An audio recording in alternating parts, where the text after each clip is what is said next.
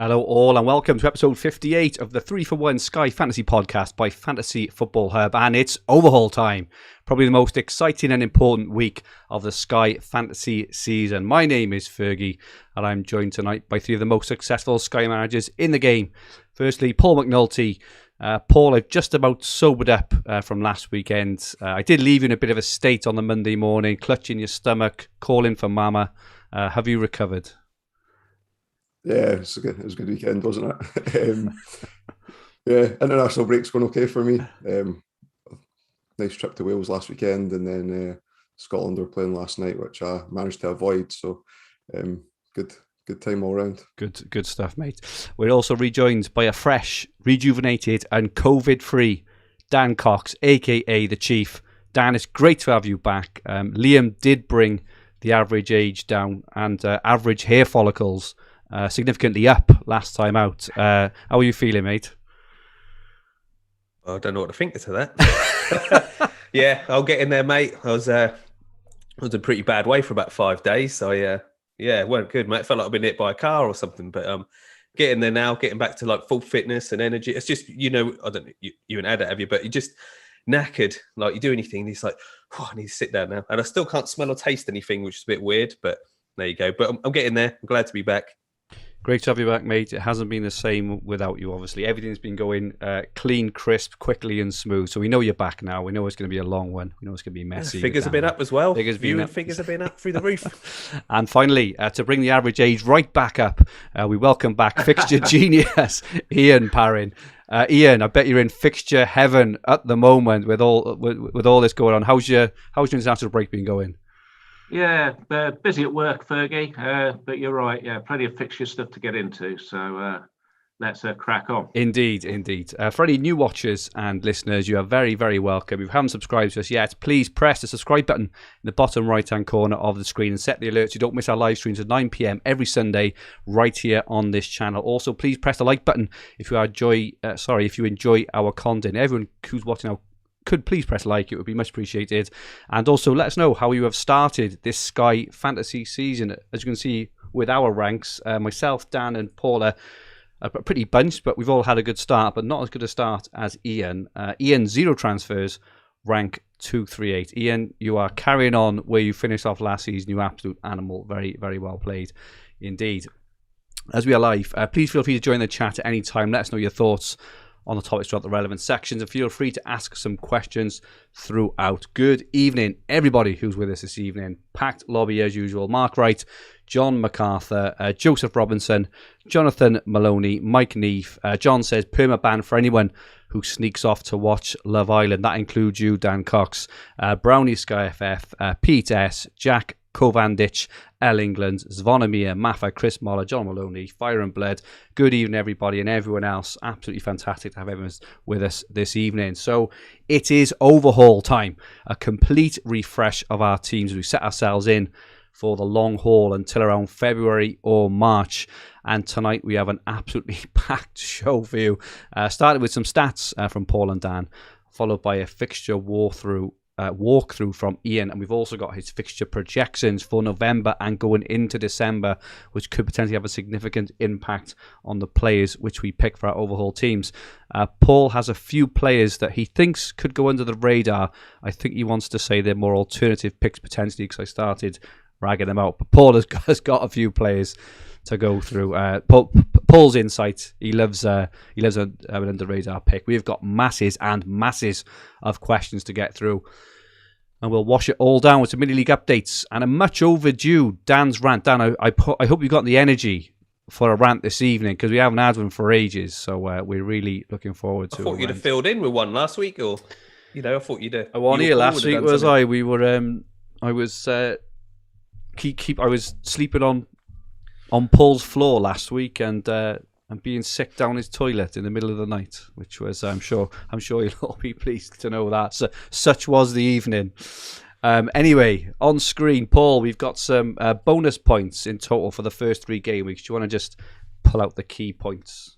Yeah, I'll talk about the players that I've considered from my Overhaul team from this as well, which is a fair few of them. So out in front, Adam Webster from Brighton, 7 million. He's the first player in my Overhaul team as well, based on his value and what that allows you to get elsewhere.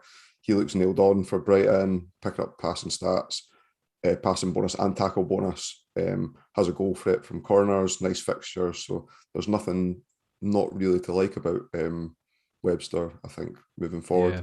So he's way out in front in 10. Aspilicueta second, Liam Dorian's man. He's on 9 points. Considered him as well. I think Chelsea defence always good option.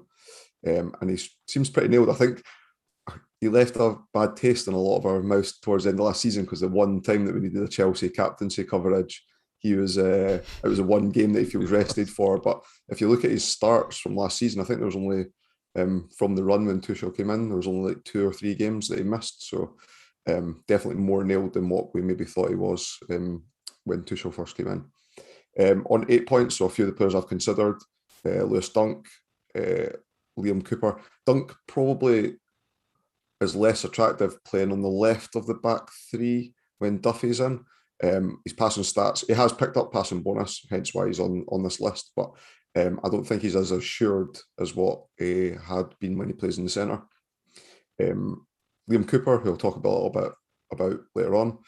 Jorginho and Canos, all on 8 points, all players that I've considered. Canos at 7.3, so he picks up tackle bonus as well from his position, so looks like could be an astute purchase. Underneath that, Alonso sits alone on 7 points, again someone that I have considered. Will he play enough games when the rotation comes in for the Champions League? Yet to be seen. 6 points, Yuri Tielemans, Ward-Prowse, Salah. He's probably the second name on my team sheet that's definitely nailed. Christensen, I'm also being given consideration to. I don't know what the situation is when Thiago Silva comes in. I think it might be Christensen that loses his place. So I'm cooling a little bit on him.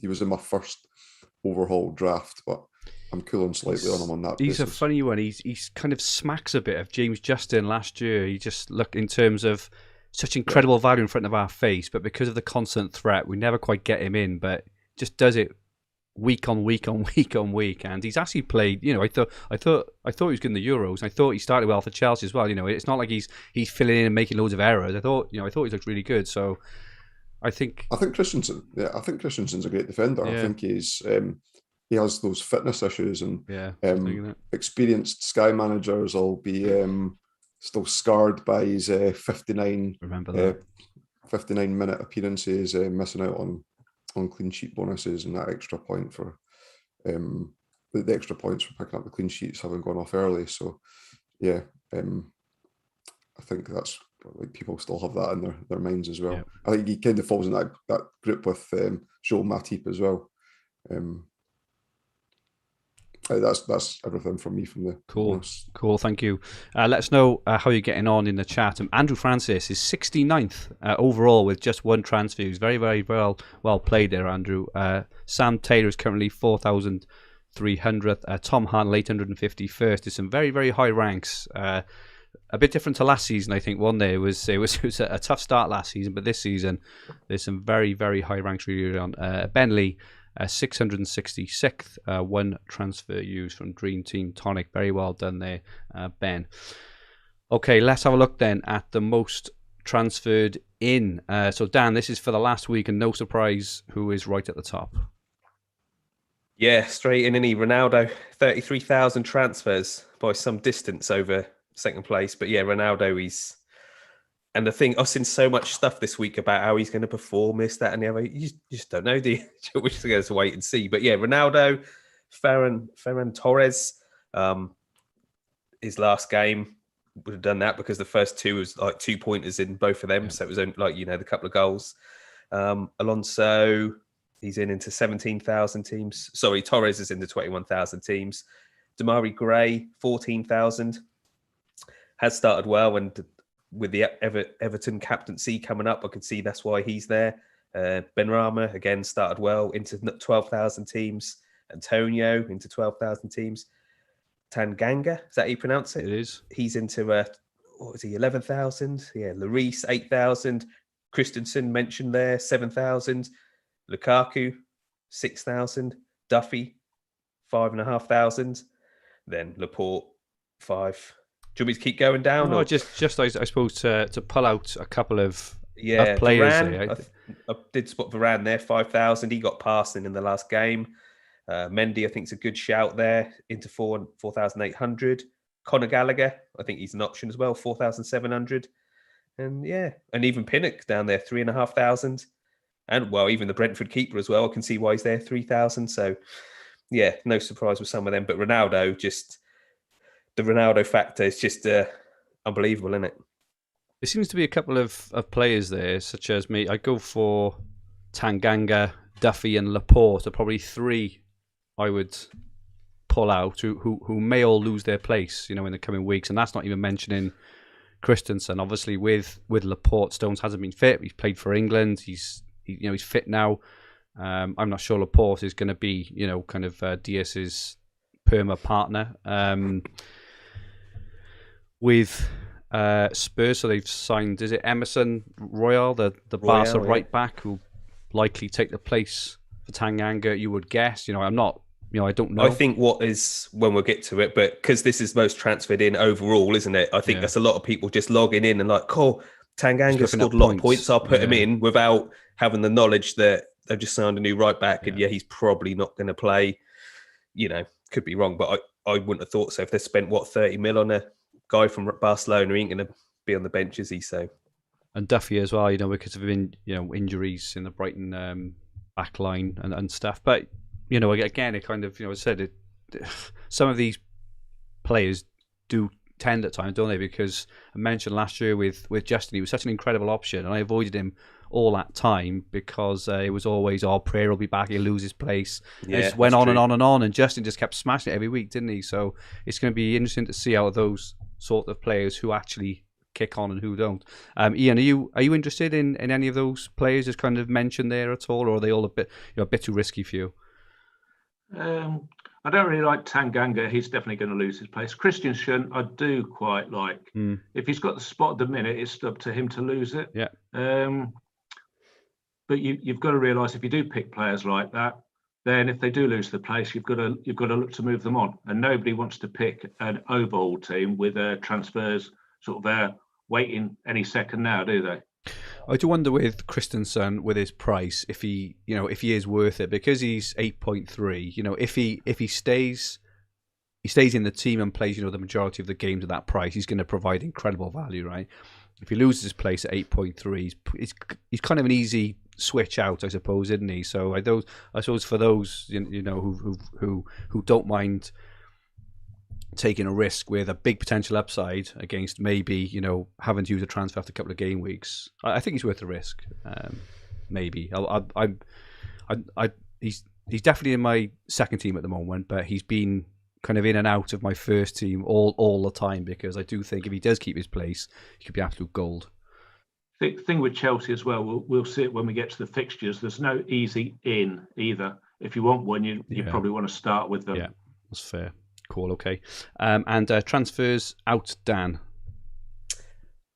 Martinez, the most out, 17,000. I think that's a bit harsh. It was only like 30 points less than Bruno Fernandes last season. He was unbelievable. So, and he's still a good price. So, surprised with that. Whether it's because he might miss the first game, and especially as what's just going on at the minute, and they just called off the Brazil Argentina game, didn't they? So, I don't know. I still think he's a good option, but he's the top transferred out. Danny Ings, well, with the Lukaku, Salah, Kane, Ronaldo, Calvert-Lewin, Antonio, I suppose you can't have him in your team now, can you? Of all them options, he's got to go. Mings, I never really see that. He was out of 8,000 teams. Villa's Bruno Fernandes fixtures are not very nice either, are they? For a while now, No. So all the top 3, they're all Villa, but their fixtures are, I think they're bottom in the ticker now for the next kind of 6 or 8 games as well. Yeah. To be fair to Villa as well, I think they're probably only highly owned because of the 3 good fixtures at the start. Probably. Yeah, that's true. Then Bruno Fernandes, out of 8,000 teams, I think he's going to be a real divide people on what they're doing. Is he going to lose penalties to Ronaldo, this, that, and the other? So yeah, he's out of 8,000. Harvey Barnes, disappointing. First 3 games out of 7,000. I think he was quite highly owned. Stuart Dallas at 6,800. I still think he's a good option, Yeah, really. Luke Shaw at 6,000. Who else? Mason Mann at 6,000. Tony at 6,000.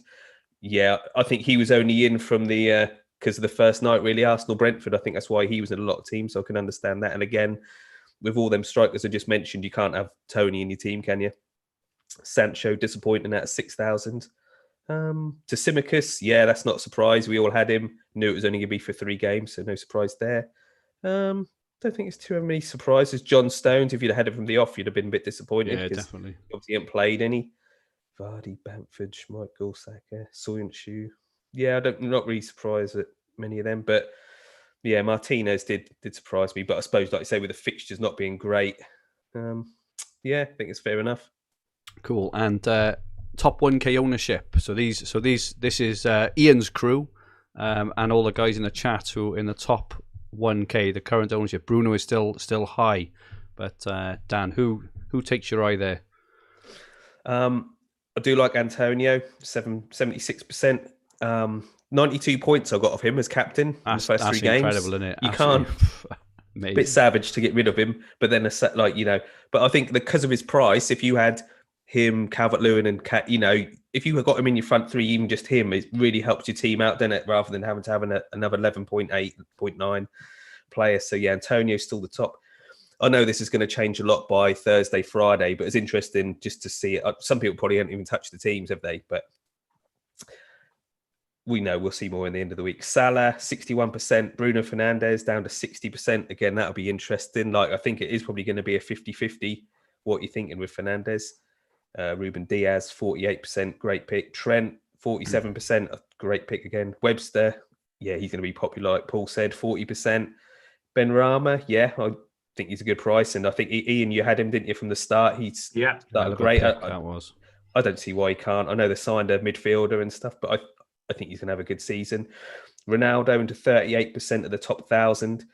So I know I forget what his ownership was overall. Was it 15 or 16%? Might be wrong. But when you look at the top 1,000, he's coming up for like 40% owned. He's a bit of a worry if you've not got him. Rafinha, I think a good pick, good price. Could be a captain for a game or 2. 34%. Tony, again, I think that's going to go down. He's in 26%. And then once we talked about Rudiger, 26%. Damari Gray, I think an option, 24%.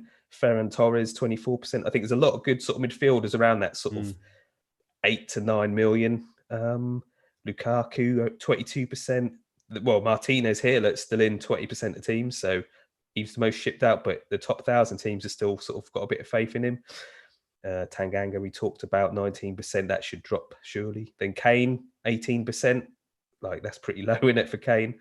Son. Tielemans I like a lot as well, 16%. Yeah. And then Van Dijk, like a lot, 16.6. So yeah, a lot of good players there. It's going to be really hard picking an 11. Just on Antonio. So he well, from what I can see, he's not really needed for captaincy, is he? Early on. So I'm just interested in you guys. I think there's a Sunday, that I think you could use him. I think it's like Norwich, Leeds, and West Ham, Villa, or something. I might be, but I'm pretty sure there's one day you could.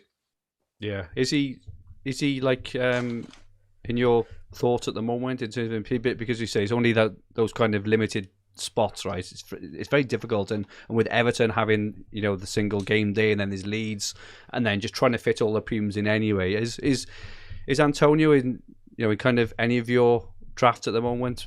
Is he in yours at the moment, Paul? He's not in mine, but I've went through who I think the best captaincy is. Yeah. On each of the days. So there's, before the next international break, there's 11 captaincy days. And apart from that one, I think that Dan might be talking about, is on Halloween. Sunday the 3rd of October, it is. They're at home at Brentford, and he's probably the best captaincy pick that day. But I guess we'll have even more information by then on there's some budget enablers. So there's Halloween as well. They play West Ham play Villa at home, and the other game's Norwich v Leeds. Yeah, that's the one I was thinking about. Yeah. It's not as required as a lot of the others, though, as in terms of importance. So it's interesting because he does look an absolutely incredible pick, ridiculous price, but there are needs for other players, isn't there? Interestingly.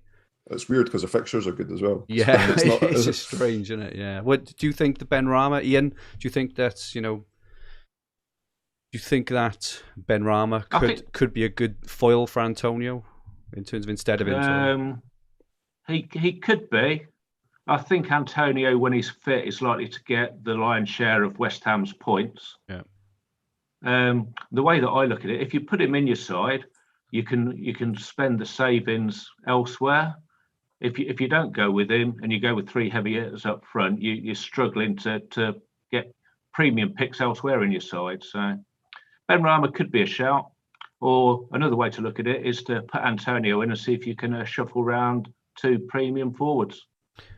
I was just thinking with Antonio as well, if you're looking at the prices of the other players you may want. So Bamford, I think, is roughly like 9.5, and Calvert-Lewin is 10. He's not at that price point that you can maybe shift up to. You can switch him to a 4-4-2 though, can't you? You could indeed. Tielemans, similar price. Yeah. Christensen 8.3. Pogba's just a bit cheaper, isn't he? Yeah, that's fair. 9.4. No, interesting stuff there. And just on the overall, I just noticed actually on the top 1K ownership, Bruno is at 60% owned, and Ronaldo is at something like 38, which almost equates to 100%. Which I know this is unlikely, but it potentially intimates that people are going for one or the other. Just on Bruno and Ronaldo, Dan, are you tempted to have both in your team, see which one is on pens and all this stuff, and then move off one, or are you going to go for one or the other? What's your current thoughts? Current thoughts are, because my teams are both quite similar points-wise, and not too much in it. One team I'll have Ronaldo, and the other team I'll have Bruno. I'm just going to do it like that, because like I said, there's so many good picks now. There are, yeah. I literally will my 2 teams, I'll probably just split. One team I'll have Calvert-Lewin and Salah, the other one will be Kane and Antonio. I'm just going to do it like that. So one in each, just to sort of spread the risk. Okay. And what about you, Ian? Are you favouring one over the other at the moment? At the minute, if I'm favouring one, it'd probably be Ronaldo. Yeah. And Paul, what about you? Same Ronaldo for me. I think he only needs to step on the park and he'll get man of the match. Yeah, Bruno as well. He didn't finish the season very well either, did he? And obviously he had that hat-trick on the opening day, and I think he haven't had anything since. It's like seems to lack a bit of consistency, don't he? In his last, if you think of his overall, his final, 10 or 11 games for United, the hat-trick aside, which obviously was ridiculous. It was an incredible hat-trick. But aside from that, hasn't been an awful lot, has there? He did. So he got 18 goals last season, right? So 9 of them were penalties. Yeah. So just taking away the 9 penalties, obviously that wouldn't count his shots bonus and stuff, but he'd have still been the highest point scoring midfielder. He'd still had over like 200 points. Yeah. And if Ronaldo is going to get 25 goals, then surely he's going to get a few assists and stuff, isn't he? So it's a captaincy as well, isn't it? It's like if you've got the both of them, it's a lot of money to spend on someone who you're not going to use as captain. I don't know if I'd have both in the same team, to be honest. Exactly, yeah. Okay, cool.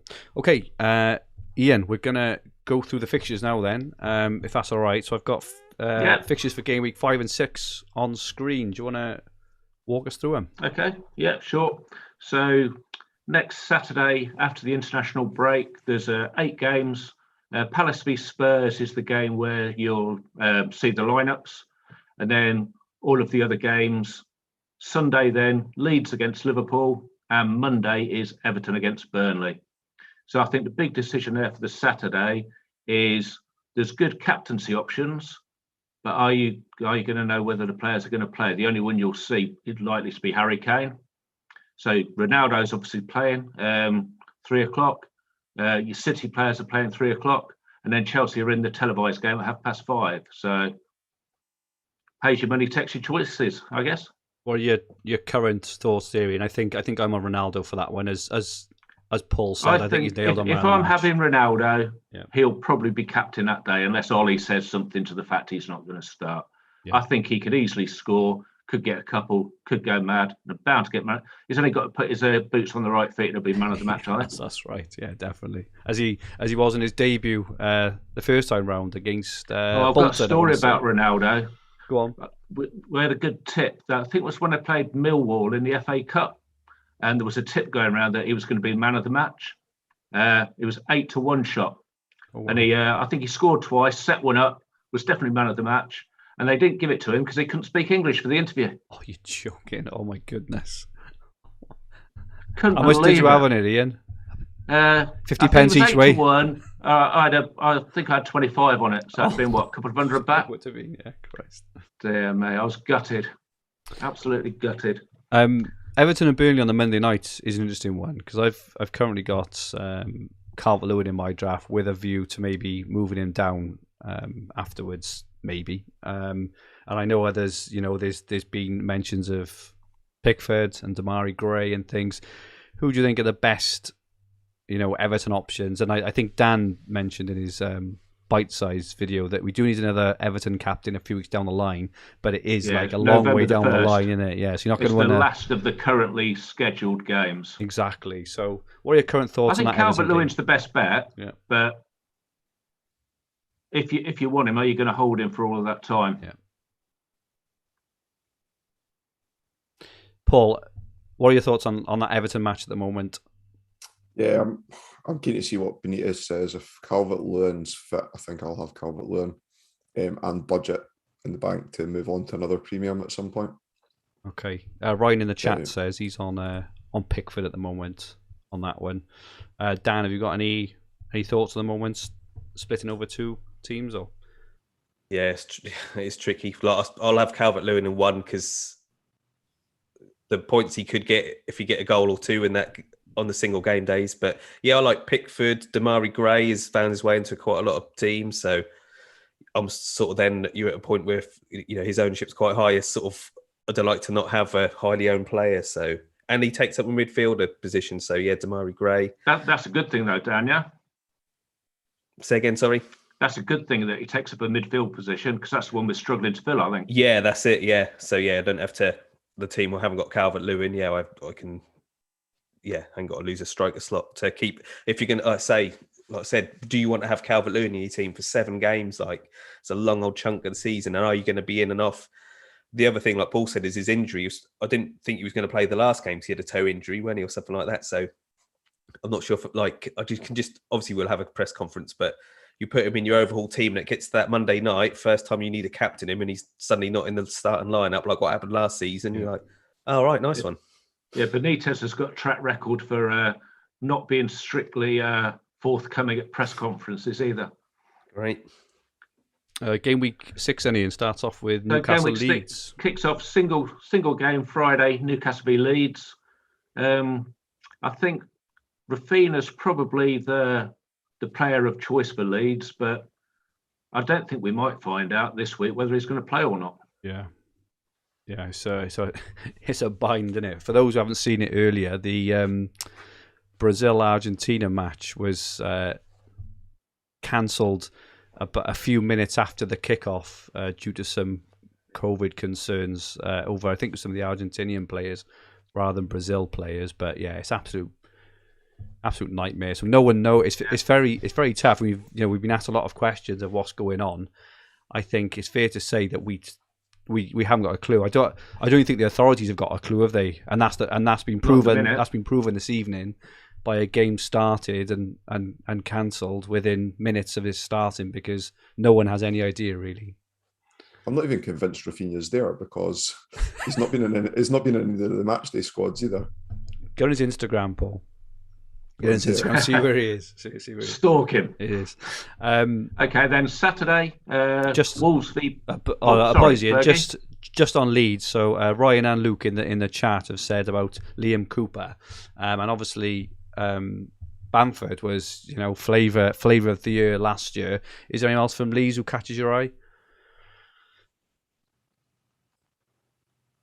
You asking me? Yeah, sorry. Yeah, apologies. Yeah, yeah, quite like the look Cooper, but for me, he's fighting for one slot in the side, and my cheap defender at the minute is Webster. Okay. Okay.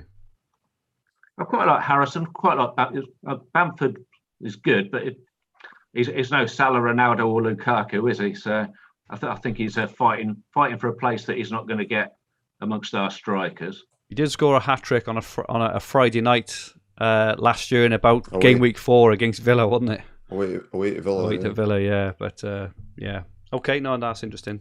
Yeah, moving on. Apologies, Ian. Go on. Okay, no worries. So on the Saturday, Wolves v Brentford is the game that you can see the lineup for. I think most people will probably pick a City or a Liverpool player. They're both 3 o'clock kickoffs on Saturday. Yeah. And the evening game is Villa v Everton. I think if you're starting with Salah, he's a captain for Sunday away at Leeds and then home to Palace the following Saturday, I think, isn't it? Just talking about Man City in those 2 opening game weeks, so we don't get to see the lineups for either game, which is obviously a real pain in terms of picking a City captain. There's been a lot of questions, and Jazzy in particular, one of Jazzy's, I think 8 questions earlier. Thank you, Jazzy, for all the questions. Was specifically around, is Ferran Torres a really good option at 9.1 million? I think it's a fantastic price. Dan, what are your thoughts on Ferran Torres? Is he going to make any of your teams, or is he just too much of a rotation risk? No, I'll have him in. We all know the risks. Do you know what I mean? But is he 9.1? I think, and you got a 9.1 midfielder who's probably going to play up top for City. Yeah. Like I said, first game 2 points, second game 2 points, third game 26 points. Take that as an average. Yes, he'll then miss a game and won't score, but when he can then pull in a 20-pointer, he's one of the ones you'll just put in and just leave him in.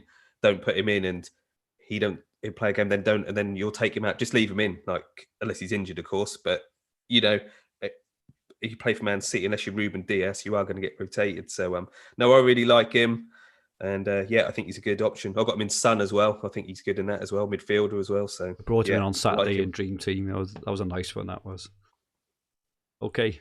Yep. Apologies, Ian. Again, I keep interrupting you. Sorry. That's all right, no. So then on the Sunday, got West Ham v Man United and Brighton v Leicester, where you see the lineups, and then the 4:30 game is Spurs v Chelsea. I think if you've got Ronaldo or Bruno, I think that'd be a go-to captain if they're playing, wouldn't it? I think so. Yeah, definitely. Okay, next game week 7.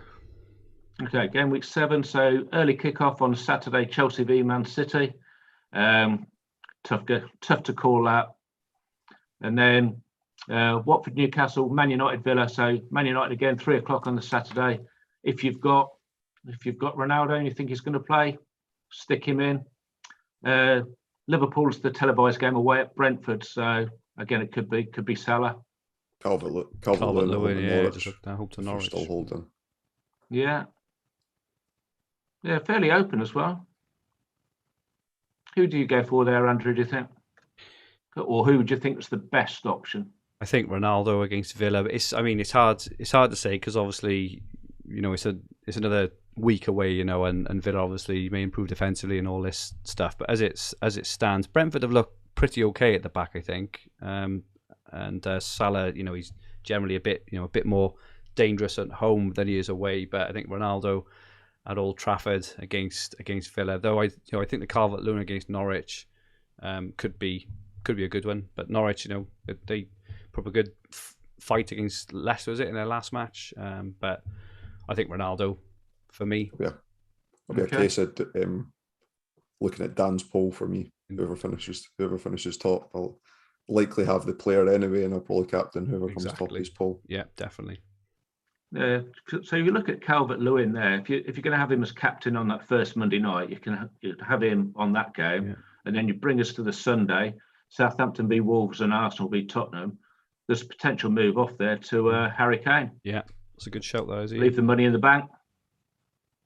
So I think Kane would probably be the best captain that day. He's got a good scoring record against Arsenal as well, doesn't he? Yeah, he likes a goal in the London derby. And then the Monday night game is Palace v Brighton. Always seems to be a Monday night game, Palace v Brighton. Sky love it for some reason. Exciting game, isn't it? They've got some rival like that. That's it's like the M23 derby or something. I mean, brilliant. Quite how Palace and Brighton becomes a rivalry is beyond me, but there you go. So that's where my pick of Webster, same as yours, Paul. I think is he'll be captain that day for me. Yeah. Just on Kane as well. It's obviously a good spot to jump on Kane for that day on Sunday. the 26th Spurs and Arsenal, but there's that Captaincy Day as well in there, Sunday the 17th of October, when Spurs have got Newcastle, and there's only a couple of games then in there as well. The other one is West Ham and Everton. So that Kane switch is, it's a good switch both in the short term, but also in the medium term as well, I think, isn't it? So yeah. Okay, so we move on then. Game week 8, 2nd of October, Saturday, early kickoff, United v Everton. So again, could be United assets there. You'll definitely see if they're playing or not. Chelsea v Southampton could be a good one if you've got Lukaku. That's 3 o'clock. And then the evening game is Brighton v Arsenal. I don't think we'll be bothering having anybody's captain for that game. So again, United or Chelsea maybe that day, do you think, boys?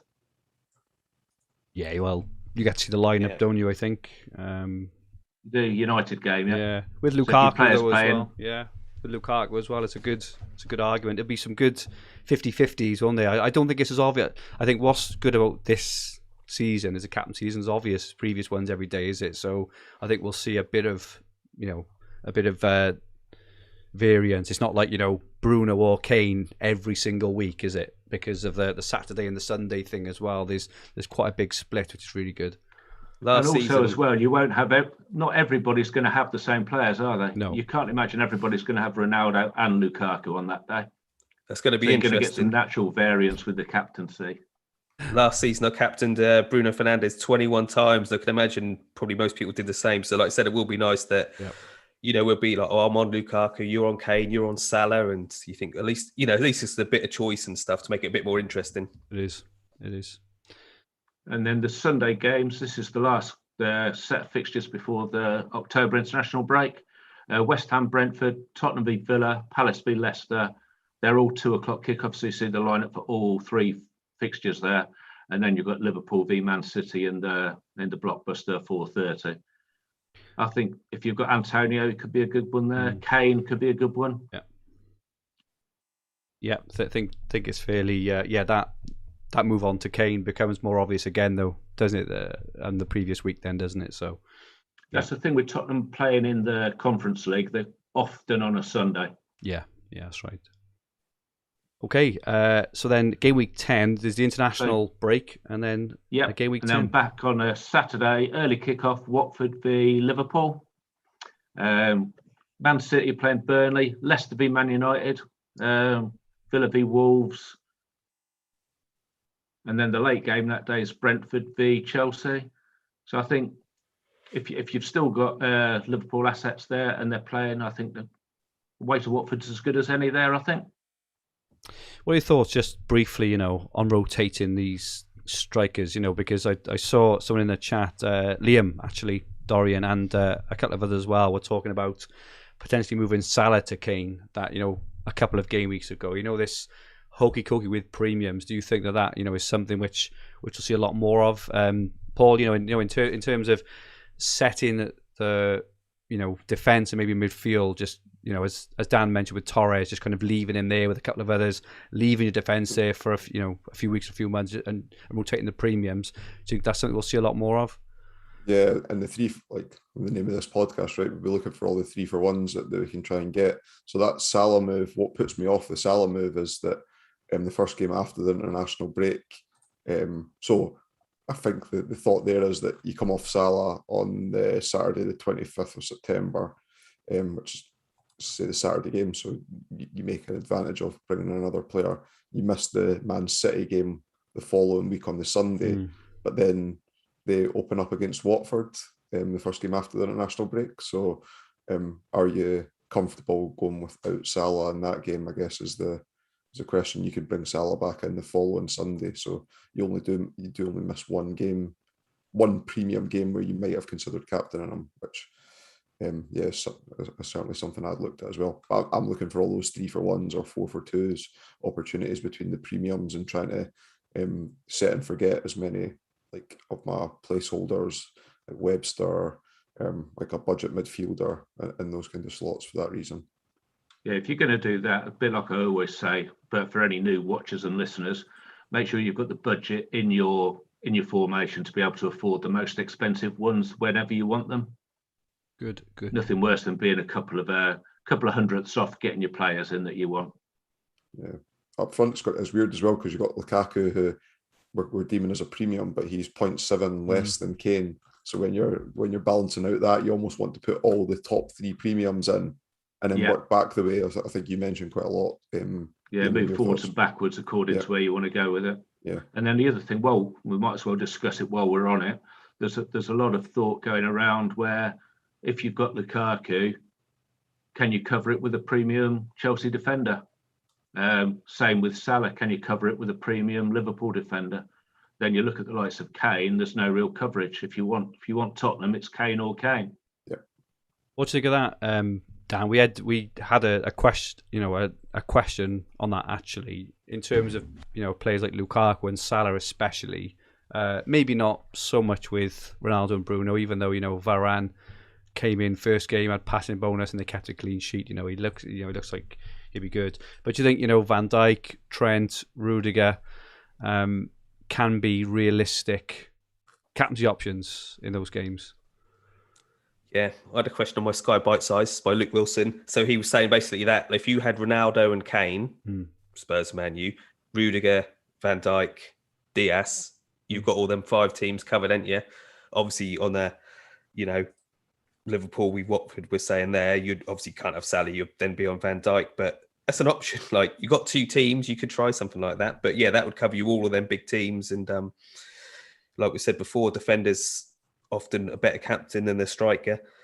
So I think it's a viable option. Ian, kind of knowing how you look at teams in opposition in terms of pick forward some good teams, defenders from good teams. The way I look at sometimes at some of these fixtures is that, say, Liverpool at home against someone like Norwich, for example, right, or a team which leaks a lot of goals, that would probably be the time I would personally look to target maybe Salah more than that of Van Dijk. Whereas if Liverpool were home to someone, I don't know, even Burnley maybe at times, because Burnley can really, dig in frustrate, can't like they? 1 or 2-0, yeah. Is that kind of how you look at making the difference? Yeah. So how would you consider Watford away then? Would that be like a defensive fixture or an attacking fixture? I think as they're away, I'd probably personally be a little bit more inclined to go for a defensive one. It's more, Salah at home for me is just incredibly dangerous. Yeah, I would tend to agree with that, to be honest. I would expect, if you look at that, like 9 times out of 10, that fixture, Van Dijk and Salah would get similar scores. Yeah. Luke asks, which Liverpool defender would be your one of choice? Paul, can I ask you this? So he's gone VVD or Trent. Who would be your Liverpool pick out of those as it stands? Van Dijk, probably. Yeah. Okay. You haven't had much in terms of a passing bonus. Is the only thing I can see at the moment, is he? But surely they'll. Sorry, Ferg, is that Trent? Van Dijk. I think he only was it 42 passes he had in his last match. Not against Chelsea. It was the game before, won it when you expected him to get passing bonus. Yeah. I think that'll pick up once he gets into the rhythm of more games again. Yeah. Cool. Okay. And then we come on to the Sunday. Sunday 17th. Yeah. So just 2 games that day: Everton v West Ham and Newcastle v Spurs.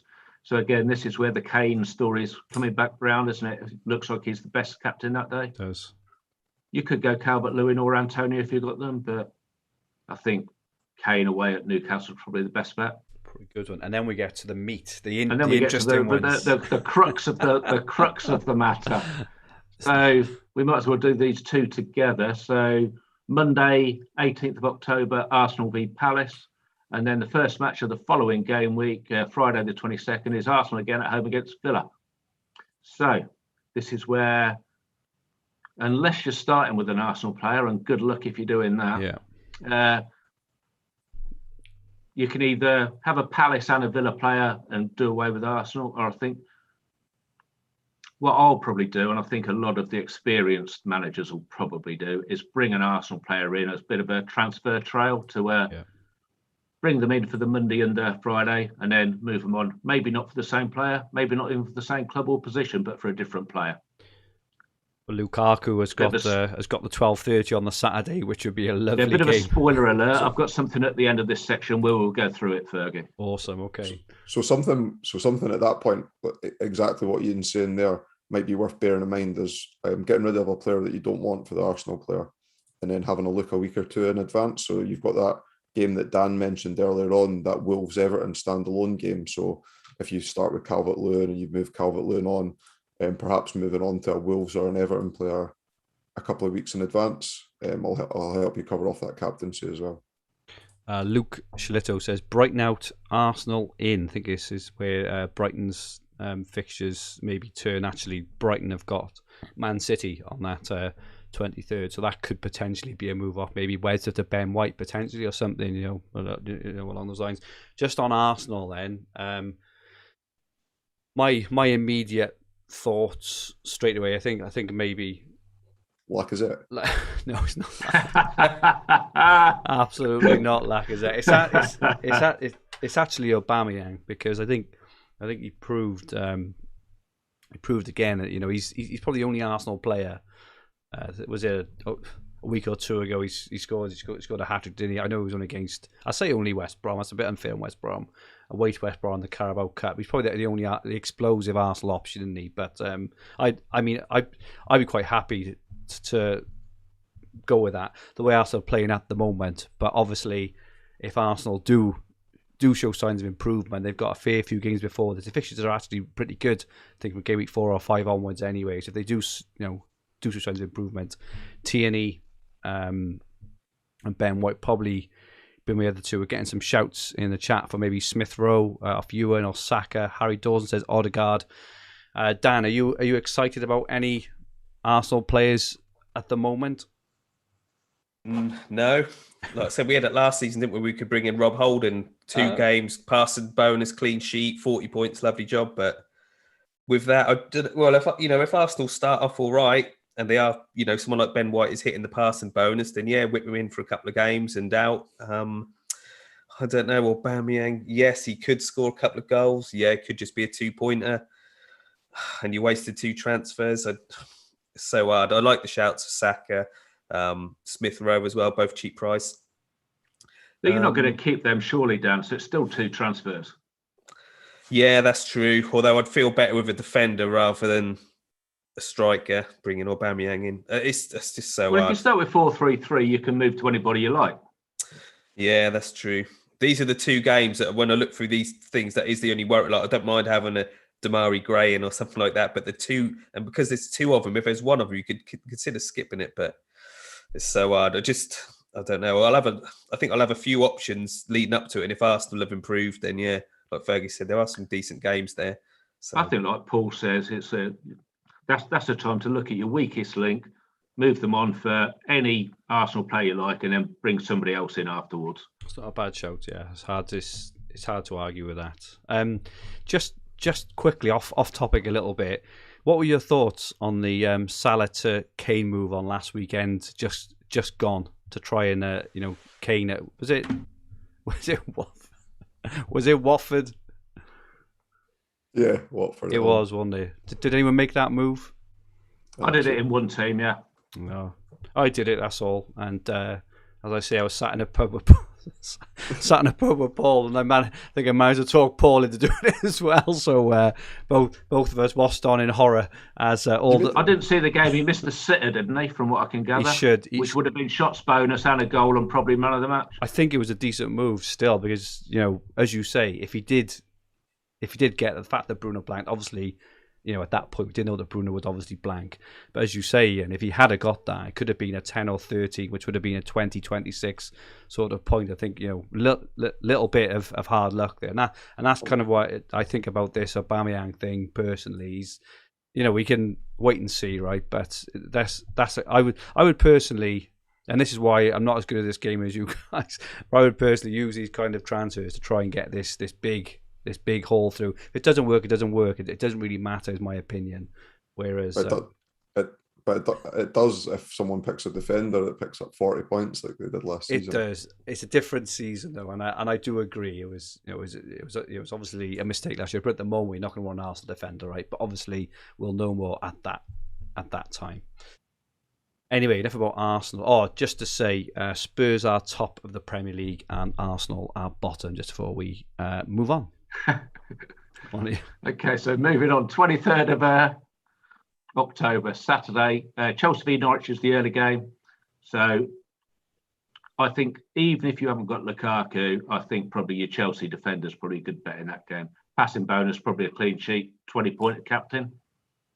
Yep. So 3 o'clock, Southampton, Burnley, Leeds, Wolves, Everton, Watford, Palace, Newcastle. And then the evening game, Brighton v Man City.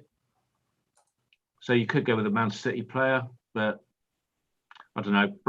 Brighton away is reasonably difficult fixture, and you're not guaranteed to see who's playing either for City. It's Chelsea all day there, I think, isn't it? On that yeah, I think so. Yeah, it doesn't matter which Chelsea player you've got. No. There won't be a bad one there. No. And then the Sunday is West Ham v Spurs, Brentford v Leicester. They're the 2 o'clocks. And then it's the East Lancs derby, Man United v Liverpool at 4:30. Tricky one there, I think. Probably I've mentioned before, but Harry Kane on a Sunday again. Andrew Francis didn't have the funds by 0.1 million to go Kane, so he put Son in and captained him and shot up in rank. Always happens. Okay, and moving on then, and now we are slowly moving towards the fixture projections as well. But firstly, game week 12, Ian. So game week 12, this is the last of the currently televised scheduled games. So Leicester v Arsenal's the early game on the Saturday. Watford, Southampton, Newcastle, Chelsea, Man City, Palace, Liverpool, Brighton, Burnley, Brentford are the 3 o'clocks. So again, if you've still got Salah, I think him at home to Brighton's probably the pick there. City against Palace is good, but again, there's no guarantee with the lineup. Newcastle v Chelsea is good as well. Chelsea defender for that one, I would. Could be, so, yeah. And then the telly game is Tottenham v Man United. So you could go with the United player, because I think they'll probably fancy themselves away at Spurs, but it's not as good as Liverpool, City or Chelsea as far as I can see there. And then the Halloween, Norwich v Leeds and Villa v West Ham. Tricky. All depends on who you've got, I guess. It is. And the next day is a tricky one as well, isn't it? Yeah, and then the Monday night game is Wolves v Everton. So if you've had one and kept one, it's your Everton player. I've seen a lot of teams knocking around with Sarr, the Wolves keeper. So if you've got nobody else, you could probably do worse than that, to be honest. We've seen a lot of single match days where the keeper's been the best captain, haven't we? Their fixtures are very, very good as well, aren't they? Apologies, Paul. Pickford's quite popular as well, so people might just sit with Pickford. Those aren't going with Calvert-Lewin. Yeah, I think Pickford's a fair shout, to be honest. Benitez's teams are normally quite defensive, aren't they? And then we come to your projections. Okay, Ian. So usual caveats apply, peeps. This is a bit of educated guesswork. So if we start with game week 13, so before game week 13, it's Champions League. So there could be a Friday night game, but it's not one scheduled at the minute. So Saturday, I think Man City v Man United is going to be the key Sky game, and generally speaking, they're on Sunday at 4:30. But looking at the fixtures that have to be played on a Sunday, because Tottenham, Leicester, and West Ham would have played in the Europa or the Europa Conference on the previous Thursday, they all look like decent television picks to me. So I think what Sky will probably do is pick Man United v Man City in the Saturday 5:30, and we'll have either Everton v Tottenham, Leeds v Leicester, or West Ham v Liverpool slotted into the 4:30 primetime slot on the Sunday. And there won't be a Monday game, because after that, it's the November international break. Okay, so reasonable options there, I think, isn't it? With Chelsea home to Burnley on the Saturday anyway. Chelsea at home to Burnley would probably be your pick, either if you've got Lukaku or one of the defenders. I think there'd be a fair shout. Or if you've held on to Aubameyang, they're home to Watford or Lacazette or whatever. And on the Sunday, Kane against Everton, Salah against West Ham will be popular. Either of those two, I think, yeah. Yeah. Okay. So then game week 15. So before this is obviously the international break, so there won't be any Friday night games. That's an absolute certainty. Now, 2 teams have to play on a Saturday. Is Chelsea and Manchester United. That's because they're in the Champions League on Tuesday.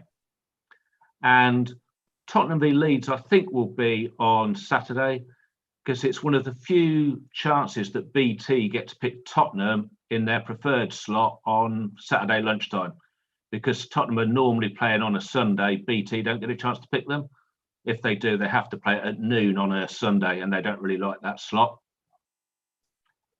And then the games that I think could be moved for Sunday TV would be Man City v Everton and Liverpool v Arsenal. That's because both Man City and Liverpool are playing in the Champions League on the Wednesday. And then the Monday, some people that know a lot more about this stuff than I do are fairly convinced that Norwich v Southampton is going to be that Monday night game, for a simple reason that it knocks both Norwich and Southampton as the minimum quota pick for that one slot. Wow. So I'd be fairly confident that that's going to be a pick. It's not the most exciting matches. I think they very rarely are on Champions League weeks, because the exciting teams are playing in the Champions League. Yeah, I think I've got Ward-Prowse in my draft at the moment. Just those one of kind of glue picks. You just kind of leave him in and he ticks along, sort of thing. So a bit more convinced to keep him in now potentially. Okay, then we look to game week 16. This is in 2 parts because it's weekend, and then the following midweek is Premier League as well. Wow. So before game week 16, it's obviously Champions League, so there could be a Friday night game. I think the Saturday BT game is likely to be Arsenal v Newcastle, because the Sunday games, Tottenham, Leicester and West Ham have to play on a Sunday because they've played the previous Thursday. And the Sky pick that week will definitely be Chelsea v Man United, and I think that'll go in the 4:30 Sunday slot. I've put an asterisk next to Brentford v Everton because I think Sky might put that as a Sunday slot just to try and do over Amazon, who have got next week's picks. That's good insight. That is Ian, Christ. So if we look to the next week, so these are Tuesday, Wednesday and Thursday, and Amazon have this slot. So the reason I think that Sky might put Brentford v Everton on the Sunday is so that Everton-Liverpool game can't be played on the Tuesday. Because I think Amazon are going to want Man United v Arsenal on the Thursday as a standalone game. I think they want Everton v Liverpool as like the 8:15 kickoff, because I think there'll be 7:30 and 8:15 kickoffs on those days. I think they'll want that on the Tuesday. Then they're quite happy with Watford v Chelsea and Villa v Man City on the Wednesday. Yeah. And the reason some of those have to be Wednesday is because teams are playing the following Saturday and the previous Sunday, so it has to fit in a Wednesday. And some of the matches are Wednesday or Thursday, because they played the previous Sunday, so they can't play on a Tuesday.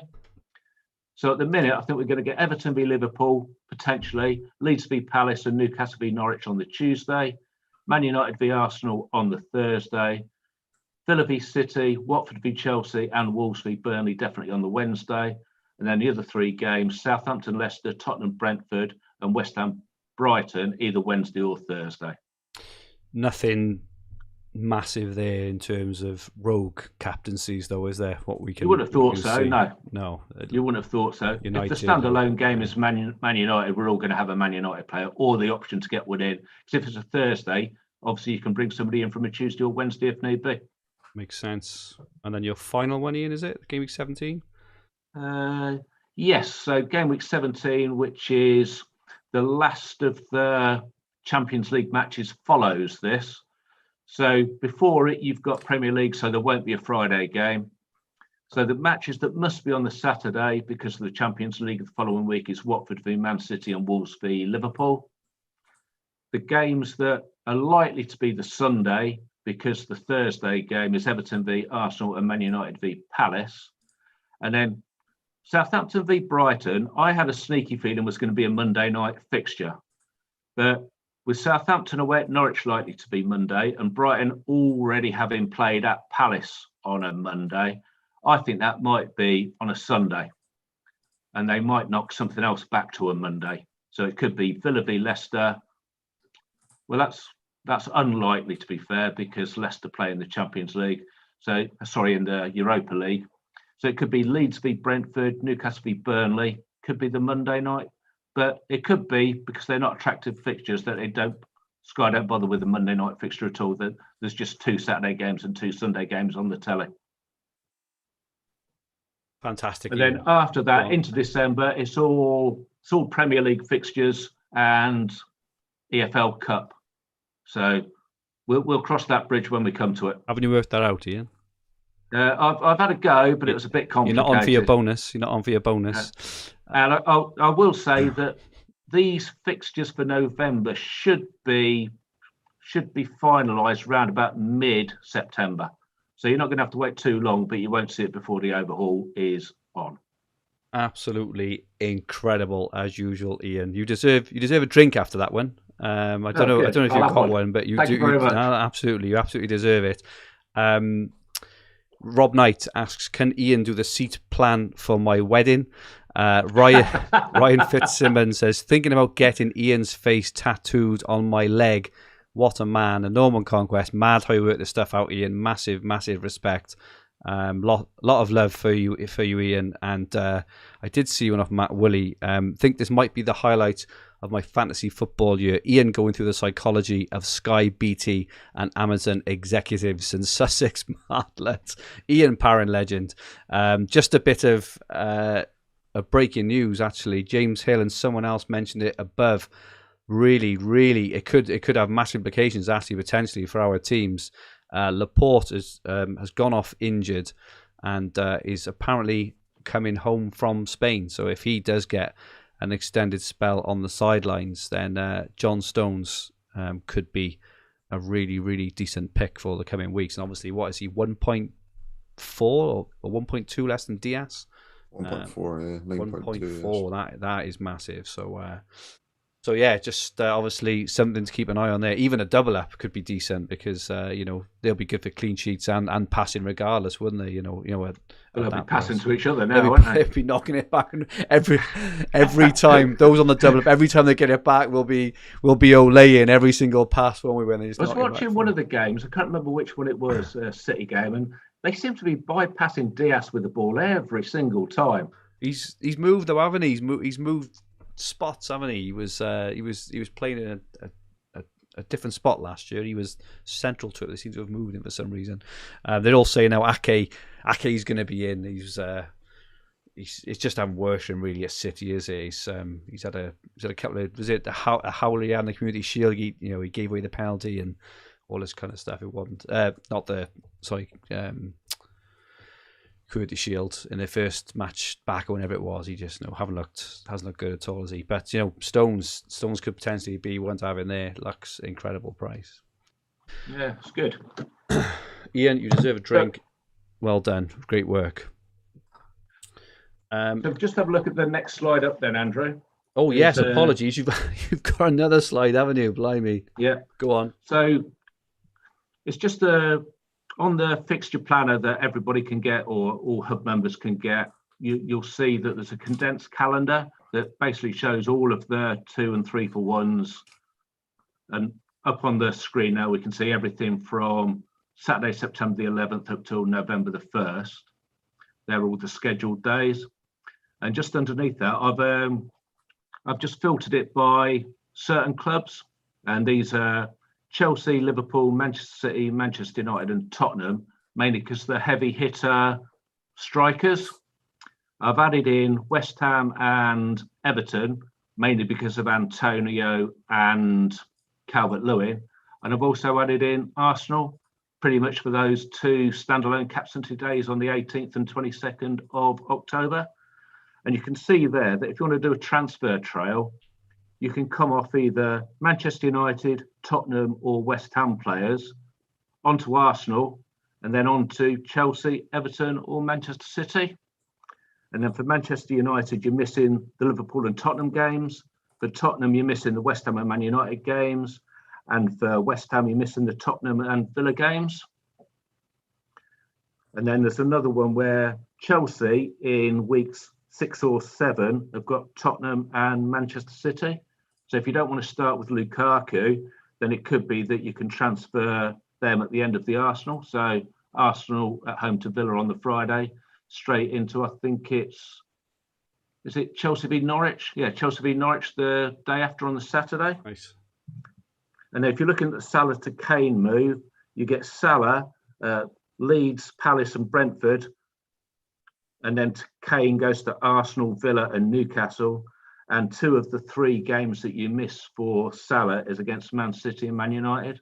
As Paul said earlier, it's only the Watford away after the international break that you'd still miss him. Superb. So again, it's a tip for everybody using the planner. If you filter it according to which team do you want to look at, you can see the 2 and 3 for 1s and the hop-ons and hop-offs. Fantastic work, Ian. It'd be great actually. I'm sure you can put together some kind of mini visual trail there for hub members, can't you? I'm assuming with those in as well. That'd be awesome. I can give it a go. Give it a go. Absolutely brilliant. For me, I'm asking for more than anyone, but yeah, I'm sure hub members would greatly appreciate that. Ian, you can have a breather. Thank you so much. Good man. Thank you very much. That was absolutely incredible. Sean Thorpe says, Fergie is eyeing up Salah to Auber to Lukaku. I can sense it. Sean, you're absolutely right. I'm all over Auber. So Paul now has got five picks, which he thinks are going to change the whole game and win you Sky Fantasy Football. Am I being a bit aggressive there, Paul, or do you think these are just alternative picks? Yeah. No, it was 5 alternative picks that I think are worth consideration that I've not seen in a single draft that I've seen online or players I have considered. One of which is in my team just now. So, I'll do a reveal. So the first player I was looking at is Andros Townsend. So that standalone Everton Burnley game. You're looking for Everton cover. We know that Calvert-Lewin might be injured. I've seen Demarai Gray in quite a lot of drafts. So far this season, Townsend has 7 successful tackles, 2 shots on target, 1 assist. We know that when he worked for Benitez at Newcastle, he performed really well. We know that the style that they're setting up as to load crosses into the box as well. I owned him at one stage briefly last season when he was playing for Crystal Palace as well.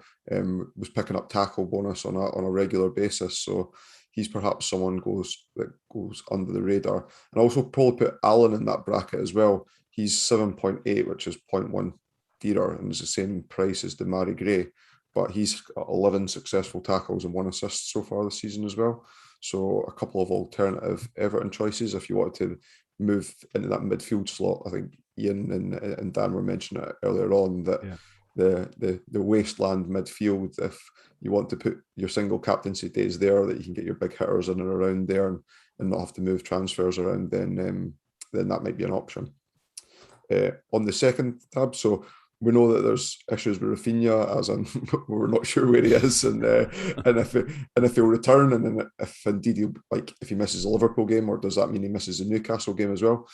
Jack Harrison had very, very similar overall score to Rafinha last season, and now I know that I usually pick players on bonus and having a look at that, and his stats don't look particularly great this season thus far, but he did get a double in the League Cup.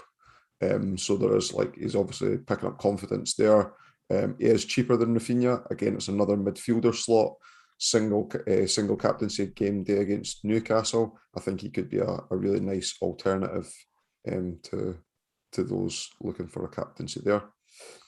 On the third tab, this was mentioned by a couple of people in the chat earlier on. Fergi, you mentioned him as well. Liam Cooper, 6.9 million. I think he's going massively under the radar. He has 9 successful tackles so far this season. Wow. He's hit bonus 3 times already this season. He will be playing against Newcastle in that single game day, where we know that they like to give up possession a lot. So you'd think he'd be nailed on for passing bonus. I think he's a shoo-in in that Leeds team as well.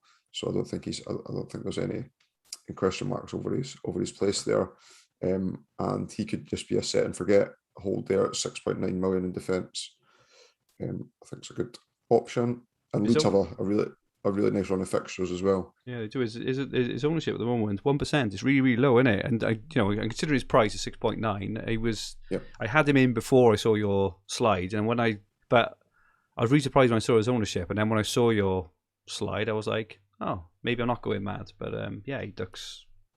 No clean sheets so far this season for Leeds, but say after the Liverpool game, they do embark on a really nice run. Yeah. And they had shored up defensively towards the end of last season. They weren't scoring as many and they weren't conceding as many as well. So that's maybe something that will be addressed over the international break and in line for this run in the games.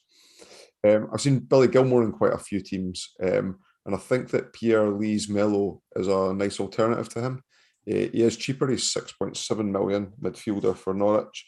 He's had 9 successful tackles this season so far, so picking up bonus there.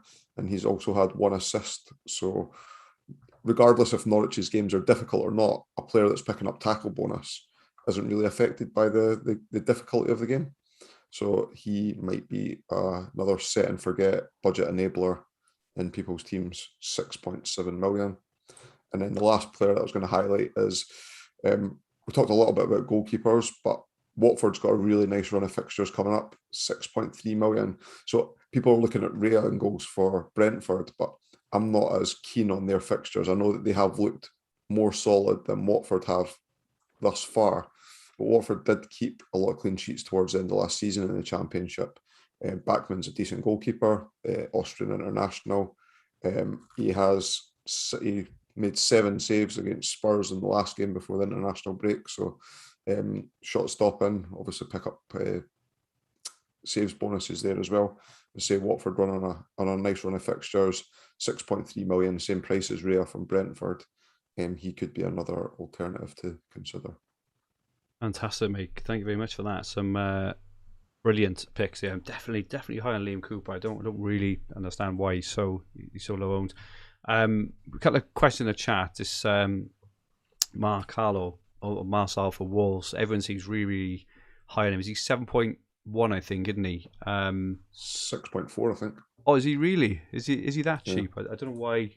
I thought it was more. Dan Evans asking in the chat, are you still with us? Are you have you posted a thing of your face kind of on the thing? Have you gone off for a thing and you've posted a glasses with eyes? Exactly. Ian's blown my mind. Yeah, he has. Yeah, as he tends to do. In all fairness, when he I'm just looking at thinking. I'm now thinking like Southampton, Norwich, if that's a Monday and stuff like that. And I don't know. It's mad, isn't it? Just can't believe it. I can't even pick an Overhaul team, but now I'm thinking about Norwich v Southampton on a Monday in 2 months' time. In December. Brilliant. And Aubameyang. Can I just ask you about Wolves' defence and Marcelo Marçal in particular? He's getting a lot of love in the chat. What are your thoughts on him? Is he nailed? Would that deter you in terms of, he looks to be nailed at the moment. So what do you say he was? 6.4. So if Wolves have got great fixtures, can't argue with that. Yes, he allows you to have all the premiums you want, and also if he does get dropped or he's not in there, well, either there'll probably be another Wolves player who'll be about the same place or the same price will take his place, or you got Pinnock, or there are cheaper options. So yeah, like I'd say of all them ones who talk about Matic and people like that, as long as you sort of aware of the risks and you've got an exit plan, then yeah, it could be an option. And if he's still in the team and you want to go that way, he could be your captain for that Wolves Everton on the 1st of November. So yeah, I don't see why not. Is he in either of your drafts at the moment, Ian or Paul? He isn't in mine at the minute, but I can see the potential. If you like the look of Wolves, which we all know they've got good fixtures, and if he stays in the side, yes, it's good value. Paul's in yours at the moment. He's not someone I've considered and probably won't go there. Who was the reveal of the person who's in your team out of the 5? Oh, it is Liam Cooper. Liam Cooper, is it? Yeah. He's currently in mine as well. Awesome. Okay, so we had about 1 million questions. Thank you so much for everyone who sent them in. We've had to group them. We had so many, but we'll try and get through them as quickly as we can. So if we can try and answer everyone's questions, we will try and do this. So let's start off straight away with Chelsea. This was off Paul, PogChamp, and Mark. When to jump on and how many? So I'll start here just because I've had some thought. I'm starting off with Mendy in goal. I think he's really good value at 7.6. I think I'm going to want him anyway. Chelsea's fixtures between game week 8 or 7 or 8 and 14, 15 are just absolutely fantastic. Best defense in the league, great value keeper. I think one of the questions we had later on was that Meslier at 6.9, just for 0.7 more, you can get to Mendy and just kind of leave him in your team. So I'm going for Mendy. I'm also going for Rudiger. I think that Christensen is a really good option as well. So I'm definitely going for 2. I'm tempted by a triple up on Christensen personally, because it's just get them in now and just leave them. You don't have to worry about them. Just hope they all get all the passive bonus and stuff. Christensen is more of a value pick than anything else. I probably wouldn't go for Mendy, Rudiger, and Aspie just purely because of the price and stuff. But that's where I am at the moment. Dan, in terms of Chelsea defence, and there's also a couple of questions about Jorginho and maybe Alonso as well. Where's your head at the moment in terms of Chelsea? Are you just going with one or more? Well, like you said, there is so many options there. Azpilicueta absolutely stitched me up last season when I needed him as captain, didn't play.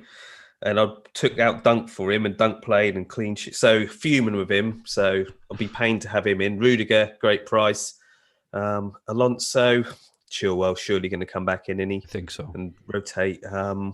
Mendy, good price as well. Like I said, but do you want to have 2 or 3 of them? I don't know, budget-wise. But yeah, I like him. Christensen again, like Matip or whatever, like good price, but the risks. Thiago Silva's there. I know he's like 37 or whatever, ain't going to play every game and gets an injury here and there. But if you're happy to start with him and know it's a transfer going to happen, you got 40 transfers a season. So, if you can use 5 or 6 on taking out a player like Matip, Christensen, then the risks, what you're getting into. So, yeah, I can't argue. Well, I wouldn't have Alonso myself, but I can't argue against the rest. What about kind of starting with a couple of Chelsea defenders?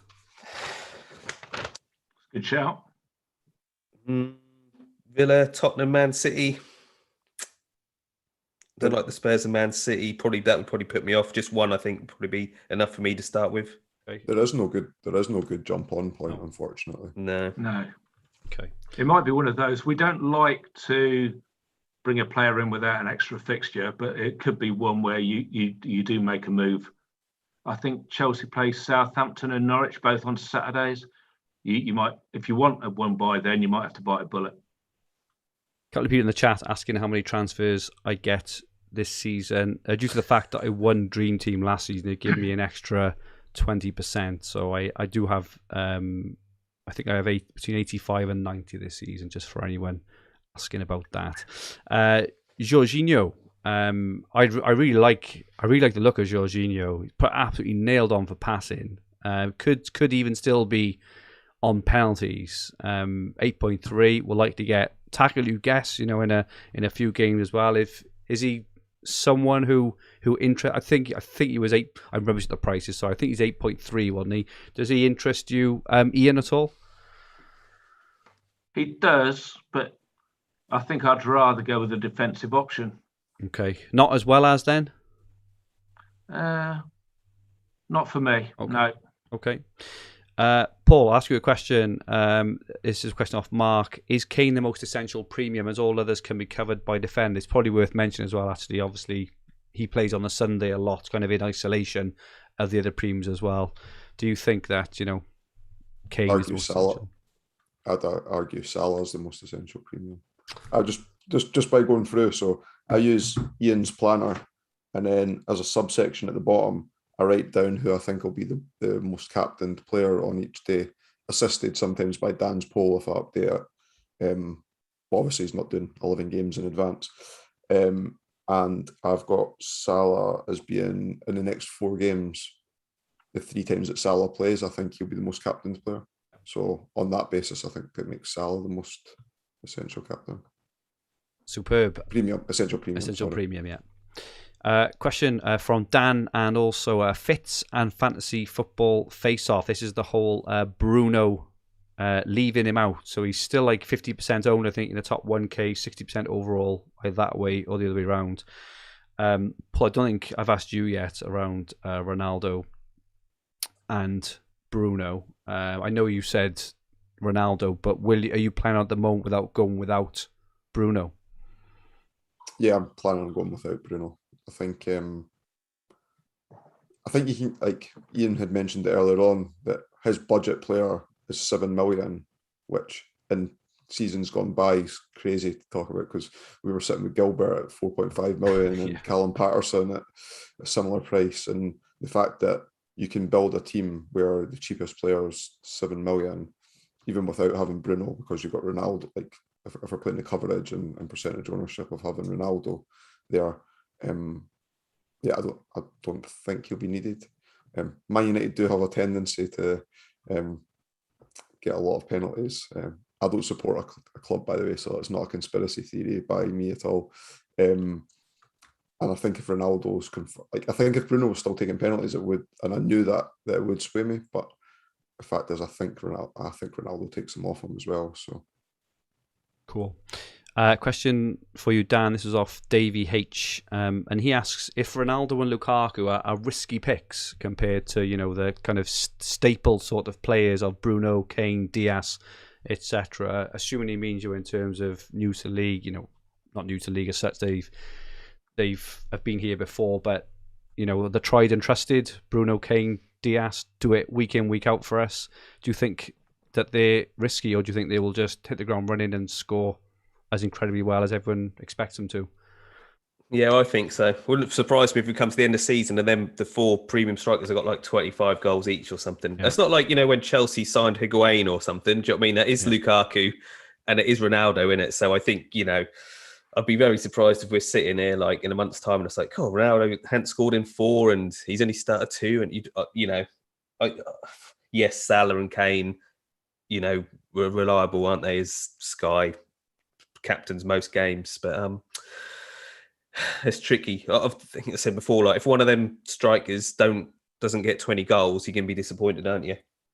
If they only get 10 or something. But yeah, I don't know. Yeah, you could say Kane and Salah are the safer ones, but I've got a feeling Ronaldo and Lukaku are just going to score loads as well. So I don't know if I've answered that. Yeah, no, definitely. I think you have.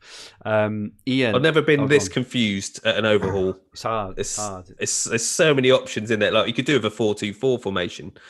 Just unreal. Like 5-0-5. Yeah. Normally we're talking about Salah or Mane or Sterling or whatever. We haven't even talked about any of those players because there's such incredible, real options. It's absolutely brilliant. Question from Plastic Pearl. Ian asks, not Ian asks. This is to Ian from Plastic Pearl. Is it worth having players from 11 different clubs just in terms of, being able to spread the captaincy risk, maybe spread risk of, COVID and things like that potentially?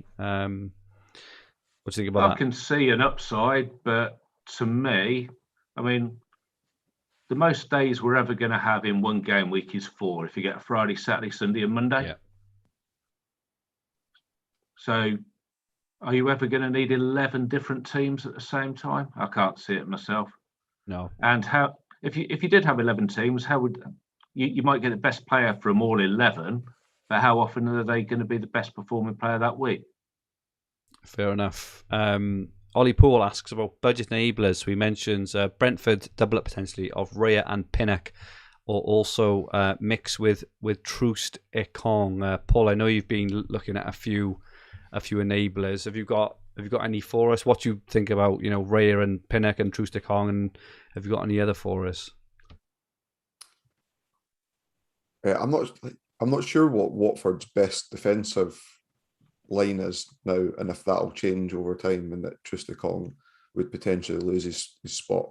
I don't follow enough about Watford to know how well he's played in games. I know he did pick up passing bonus in one of the games so far. At 5.5, if you knew he was nailed, then maybe I would do a set and forget with him. But other than those that have already been mentioned, I do like what we're classing as budget enablers now. I think Conor Gallagher in midfield at 7.3 million is another that I like, and is another cheap option in there. But yeah, I've not really got any more on top of what's already been added. I still don't think that you necessarily need to go that low, even to fit in all the premium strikers. Okay, a couple of questions off. Woody asks about Billy Gilmore. Dan, Norwich man, Gilmore. Has he been in your thoughts at all? He's on the short list. Yeah, I think he will pick up bonus at some point. Passing here, tackling there, not on a regular basis. Not, I think it'll be sporadic. But a 6.9 mil, he's on my list, so I'm considering him. Okay. And Ian asked this. We've had a few questions asked you. This is off Johnny Belfast. Alan for Everton. To get the coverage. In terms of the first game, we potentially hold him all the way through until we need him again in a few weeks' time on November the 1st or whenever it was. Is he someone who's crossed your mind? It's definitely improved compared to what we thought. Because this time last year, we thought it was going to be a great pick, didn't we? Yeah. And he didn't really do a lot. He seems to have come to life a bit with the Everton team this year. But 7.8, are you going to pick him over Ben Rama? Probably not. Yeah, fair enough. Hakim asks around Antonio. So we mentioned Antonio earlier. Is it just a case of because he hasn't got the captaincy games? Is that why Antonio is so hard to get to? Is Antonio in any of your drafts at the moment? Your kind of first team. He is in Ian's. He is in Ian's. He is. Yeah. Why Antonio, Ian? Is it just because he's just in incredible form, or? Well, at the minute he's scored the most points. He's most points per value. It means I can get a cracking defence, a reasonable midfield, and I'm quite happy to transfer trail the two of the premium strikers at the minute. Okay, so is he a bit of a set and forget for you at the moment? He certainly isn't one that I'm taking out before the end of the televised fixtures at the minute. Wow, okay. Could change, but at the minute he's in. Okay. Shane White asks, Arsenal now or later? I think for me, the answer would probably be later when you need them, if you're desperate, I suppose. Paul, you're smirking. Have you got anything different? Is there an option of never? Never, yeah. Yeah. I'm certainly not starting with an Arsenal player. Although the fixtures aren't horrendous as well. If you did think that Ben White was going to play all the games and start picking up passing bonus at 7.8 million, I think there's the one advantage there is for Arsenal this year, because they were so rubbish last year. Yeah. Well, they've been pretty rubbish this year as well, to be fair. They're not in Europe, so they should, if they can get their act together with the current fixtures and get a settled side, that they might show some improvement. I think they'll be all right. I just they have to improve. They have to improve. They're not relegation material. As you say, they're not in Europe. I think last year every team every time they played, you never know what the team was going to be. There's so many changes all the time. They never really had a settled team. Whereas this year they've been a bit done by the fixtures as well, haven't they? Yeah. They had that first match away at Brentford, newly promoted, crowds back. Exactly. And then they've had City and Chelsea. Yeah, exactly. Probably the two best sides at the minute. I think they'll improve. And they've got, if you look at their team individually, they've got some experienced, really good players. They've also got some really good young players. I think they will improve. It's just a matter of when instead of if. So I do think when these Arsenal games roll around, I think there'll be a lot of interest personally. These fixture games, but yeah, I think later is probably fair in it. Steve Cheek, who started off incredibly well in Dream Team, was actually top after game week 1. Well done, Steve. He asks a question around Varane and Maguire, and if we should be thinking about them in the premium category.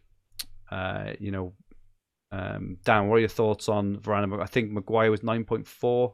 Not sure how much Varane is, assuming 9.2 or 9.1 I think, Varane. But you think, we should be thinking of him, in the same breath as Diaz and, Rudiger, who's probably underpriced, to be fair, Rudiger, I think, isn't he? But the good price, like that 9.2, 9.1 or whatever, good price. They are nailed for me for Man U, whereas you could say the other ones, Rudiger and all that, are a slight risk. Just pity Varane didn't see more because he played that game against Wolves, just great passing, got an assist.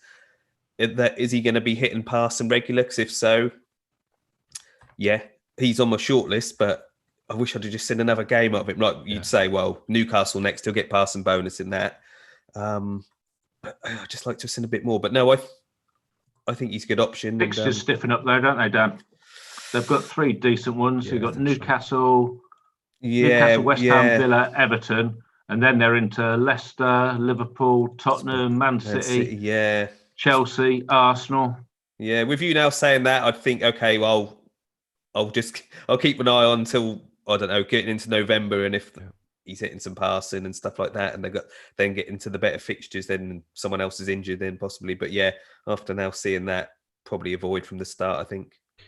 Good question from Dan. Is anyone planning at the moment on skipping any game? On definitely skipping any game days for captaincy? Paul, what are you? Have you got any? Are you skipping anything at the moment? Not skipping anything. If Arsenal had a single captaincy day, I would definitely be considering skipping that. I've got another answer for the budget enablers as well. I was thinking of. Come on, let's have it. Elyounoussi plays for Southampton. So he scored in their last game, 6.3 midfielder again. So that midfielder slot, if you're not good in the international break as well, didn't he? Yeah, and had a semi-decent return for Celtic when he was on loan there from Southampton as well. So 6.3 million could be a nice. He also scored a hat-trick in the Carabao Cup a couple of weeks ago as well. So it could be a good shot. Was he, sorry, 6.3 is he? 6.3. Wow, that is very, very cheap. Like that. That is really good. Nice one, Paul. I could go. It did cover that Southampton Norwich as well, wouldn't he? If that happens on a Monday, that's what I was just thinking. It could go Ward-Prowse, Elyounoussi. I know he's not going to get a bonus and stuff, but saves 2.3 million there, which is a fair few quid. Cool. You get 2 Ronaldos in, Fergi. You can exactly that with my extra transfers.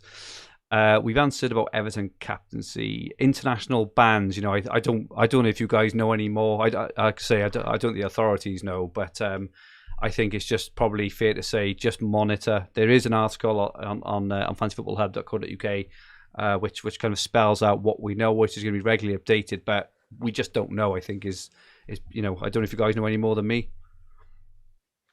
I don't think we're going to know until the back end of next week, are we? No, I don't. If Rafinha is... And just one thing else on that, Andrew. Yeah. Similar thing could well happen in October and November as well. All of these countries are going off to do similar things again. At least they'll be, a bit more... a bit more well equipped, you would guess, than they have been this time, because this one has been an absolute shambles, haven't it? Well, you can play. We go back to where we were earlier. The Argentinian players actually said they hadn't been in the UK, even though everybody knew they were. Exactly. Go figure. We've got the African Cup of Nations, haven't we, in January as well? We have. Yeah, only affects 2 games though, Dan, and it'll be round about overhaul time. Oh, okay. Just a question on Rafinha. If Rafinha is looking like he's going to miss game week 4, but obviously he's really good cap shots in the following Friday on game week 5, would you start with him or not? Paul, what do you think about that? If I was planning on having him in my team and I knew he wasn't playing against Liverpool, but he'd more than likely play against Newcastle, then I would just stick with him in the team still. Okay. Luke Schlittel says again he can't believe Paul hasn't said Romeo yet. Is he not? I was. I had seen. So I was picking players that I hadn't seen in anybody's draft at all, and that was my basis of those players. I think Romeo ticks along nicely. I prefer him over someone like Allen because under Benitez, like the Everton players are never going to get passing bonus. Okay. And Ramil's always got the chance of getting that as well as the tackles bonus that he picks up quite a lot. Ian Russell asks, so he's ranked at 20k. Is it time to go gung-ho? Dan, what do you think about this? How many transfers has he used? I don't know. I don't think he's probably used a lot, but 20. Like we were 80. Nothing, right? We were 80k, weren't we, after 1 or 2 weeks last season or something like that, and we still got top 100. So if you use 5 transfers, then I don't know. Then you're sort of chasing your tail, aren't you, and having to go against the obvious picks and stuff like that. But no, I'd just play it like we sort of say, boring and steady, go with the most obvious, and sort of gets to about December and stuff, then you can start really seeing where you are and if you've got a chance of winning it. So 20k is about 140 points behind winning, roughly. And you imagine to win, you're going to get about 3,600 points, roughly. Yeah. So 140 points is nothing. It is nothing. What did we all have last year? Cancelo, was it a 50-point captain? Yeah. Yeah. And then I had him captain 2 weeks later. He didn't start and got square root of naffle. Yeah, no, I think it's fair to say Ian Russell, don't go gung ho. Just play sensibly and try and make up the ground. It's absolutely fine. And in terms of your mini leagues and things, if you follow this all year, you'll probably end up on a decent rank regardless, I would guess. Question from Jonathan Maloney: is Cancelo worth a 1.1 million saving over Diaz? Obviously, you've got Zinchenko and Walker, who are his competition. He doesn't play every single game, but he does play most games. Enough. Yeah, Ian, are you interested in him over Diaz? Yes. And the reason being, I did some stats on this and I can't remember, but I think Diaz started 36 games last year and Cancelo started 27 and came on as sub once or something similar, and he only finished about 30 points behind him. Yeah, I think that Diaz didn't sign, did he, till a couple of days after the season started, so it's probably a tiny bit.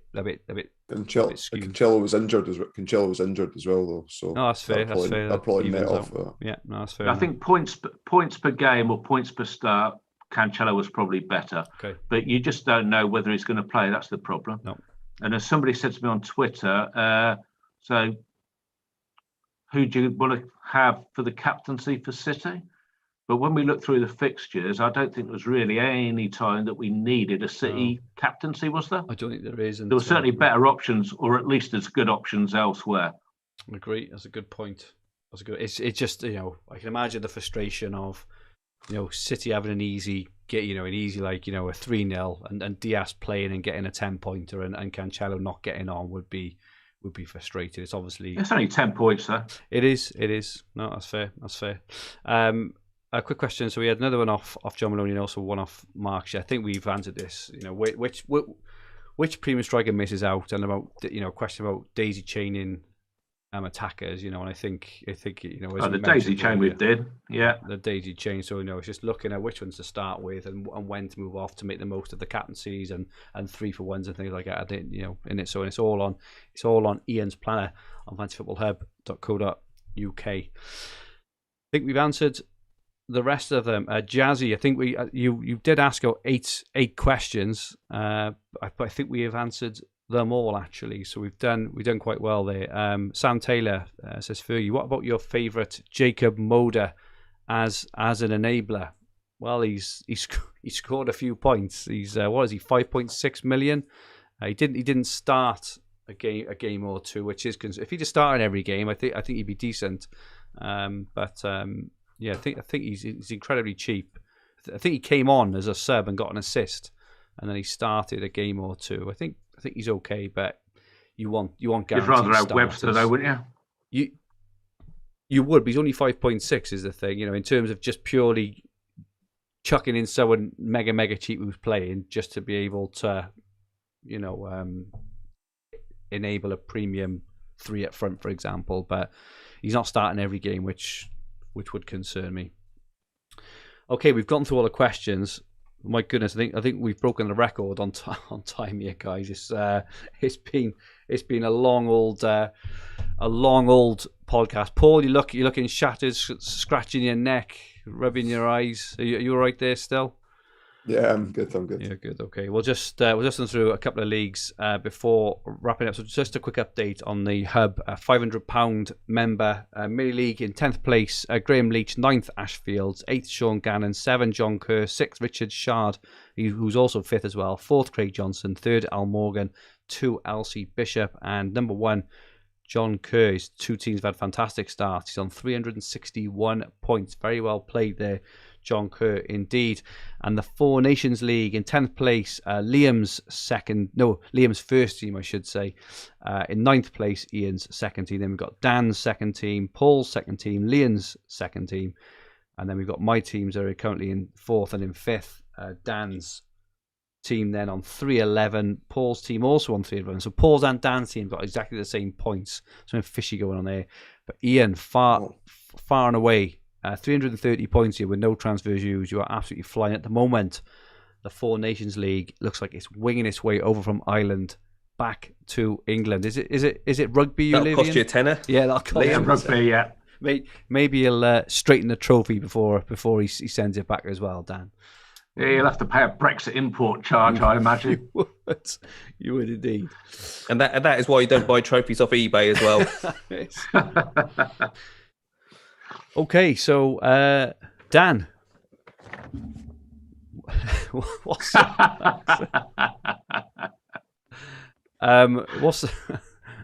for those listening on the podcast version, Dan has just held up something. Subscribe to Sky Bite Size. Make sure you do subscribe to Sky Bite Size. Dan is not foreign to using other platforms to promote his own end.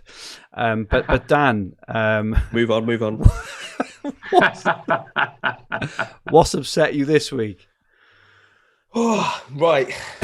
I'll tell you what's annoyed me, right? Not you, Ian, but you two have annoyed me, right? Because I nearly died because of COVID, yeah? So I was at death's door and I'm like, but I'm alive. Lovely. And people are saying, everyone listens to this, thanks. Like, I had quite a lot of messages. I'm all right. But checking in, you think that's nice, isn't it? Everyone, they do care, like, yeah, well, and all that. And I think, yeah, but when you're back on the podcast, I'll be back Sunday and all that. Then Glenn Roy says, oh, no, they're not doing one this. I said, you what? Then what? They're taking the week off. I thought they're taking the piss. Do you know what I mean? Don't take I thought I don't know anything about this. So that annoyed me, right? People need us and you're taking weeks off to like get drunk, you two. Disgrace. And do you know what else annoyed me, right? So my youngest, he's playing that Among Us. I don't know. Some kid game on the laptop, right? Problem is he's playing it today, he's only 6, and he reads out thing, right? What did their first pop? There's a couple of pop-ups came up, and I could see him. He then he says, Amanda has sent you 11 photos. I'm thinking, what? And my wife's there. I'm like, what is this? Do you know what I mean? Then he says, oh, another one here. Want to have sex with a stranger in your area or something like this? It's like, Jesus, that I don't know. Like, I was like, give me that laptop here. I just speak to her mates and then whack some things. I was like, what the hell is going on here? He's trying to play all these games and all this stuff's popping up. And I'm like, look, missus, like, nothing to do with me, this. I ain't been on anything on here. Just nightmare, innit? Then your son's like, you just think, oh my God, just let's give him some sweets and let's try to make him forget about what he's just reading and stuff. And all the, like, there's actually things popping up and you're like, this is on a kid's thing. Like, it's a computer and a set for an under 13. How's all this stuff popping up? It's just unreal, isn't it? So that's annoying me, but not a lot else, mate. I've been pretty busy and trying to sort out this overhaul. I've been too busy to get annoyed with things. So, yeah, not too much, mate. Not too much. But, a quietish one there, was it, Dan? I'm pretty happy to be alive. Happy to be alive. Have you got those newly found the kind of appreciation for life stuff? Are you going to be off traveling the world or anything? Well, I don't know. When I was first up and about again, I was feeling right, and then when I was like driving to work, and someone pulls out in front of you, and you're like, "Yeah, bloody idiot," and you're like, "Oh, well, maybe not so much." Normal. So, do you know what I mean? Yeah. So, like being a bit of a bastard and stuff, but yeah, no. Is your neighbour still calling you Sam? We haven't had an update for a while on that. Window cleaner. Sorry, calls me Dan now. Apologize. He does call you Dan. Yeah, he texts. I never said anything to him, and I moaned about it on here, and then all of a sudden he then called me Dan. I don't think he listens to this, but it's just a coincidence. But no, he's all right. Hadn't upset that neighbour. I upset the other neighbour because the football goes over about 5 times a day and stuff, and it's his car. But nah, everyone's all right. I have one of those. You need to learn to control it better, Dan. I have one of those name things the other day. Is a guy at the golf club, and everyone was calling him Carl, and everyone's calling him Carl kind of all the way around. So I called him Carl for weeks and weeks, just Carl. It turns out they were calling him Cal, short for Callum. So his name is Callum, and I've been calling him Carl for weeks. And because everyone's so polite, no one thought to just kind of tell me. So it was. Would you say it? The golf club? Yeah, the golf club. Oh, I think he's changed. definitely haven't changed, mate. But yeah, pitch and putt, exactly. That's it. Yeah. Okay. Well, we hope you all enjoyed. Thank you so much for staying with us. This has been a bumper episode, as we promised. 1 hour and 45 minutes, but hopefully it has helped you. It's definitely helped me in terms of planning my teams. El Yunusi, that's a hell of a shout that is, Paul. He's in my head now. He is. I had Ward-Prowse, but he's in my head. But yeah, hopefully it's helped in terms of players to pick, formation, structure, strikers, hop on, hop off points, and all this sort of stuff. There are bags and bags of stuff. Ian's planner is obviously on the hub, which has got all this on. So everything you saw earlier will all be on Ian's transfer planner. Incredibly active on Twitter. I've noticed as well. You're on there more than ever at the moment. You're doing well in Sky for you to be as active as this. Well, it could be. Yeah, could be. And Ian, obviously, thank you so much for coming on and give us yet another fixtures and projected fixtures absolute masterclass. Where can people find you? You can find me on Twitter at PlanItSky, and you'll also see me on the hub doing the transfer planners for Sky and for Telegraph, and we've got a calendar planner for Sun Dream Team as well. Fantastic. And I'll tweet out either late today or tomorrow those fixture projections, because they won't go on the planner until they're confirmed. Brilliant. Thank you so much, Ian, again, for coming on. Absolutely superb. Paul, thank you as usual. Where can we find you? Twitter at Paul McAnulty 1, MCANULTY. Great stuff. And thank you, Paul, for all your answering your questions and your under the radar picks and everything. Absolutely superb as usual. Dan, where can people find you? Twitter, Dan Cox _FFH. I've got that little Sky Sports Bite Size on YouTube as well. Oh, have you? Trying to get to 1,000 subscribers on that, so I can start getting £1 a week and stuff and all that. So there, and Twitter's the main place. So there. Make sure you subscribe to Sky Sports Fantasy Bite Size if you don't already. Dan's doing I'm not sure it was Bite Size this week, Dan. 25 minutes this week or something like that. Large lunch. As Benny Blanco said, he's gone from bite size to all you can eat. Absolutely brilliant. Well done, Benny. Trade description, innit? Exactly. My Twitter handle is at FFH_Fergi. I've just noticed I haven't actually updated it on screen still, and I've had it changed for months. It's at FFH_Fergi, my Twitter handle. You've even changed mine, and I changed mine like months after you. Why didn't I do? I'm not sure what I've done there. I must be using an old template or something. Anyway, make sure you drop us all a follow and tune in every week. This podcast and video will be on the Fantasy Football Hub, Sky and TFF YouTube channel, and also available on all major podcast platforms. If you like what you watch, please click the like button. Remember to subscribe in the bottom right-hand corner of the screen. If you enjoyed your listen, please rate the podcast on Apple Podcasts and leave some comments. Anything would be absolutely and very much appreciated. Our handles on Twitter, Instagram, and TikTok are at FFH_HQ, and our podcast Twitter handle is at FFH_Sky. We did pass 2,000 followers on that handle in the last month or two, so thank you so much for everyone who's followed us on there. Please follow and feel free to ask any questions.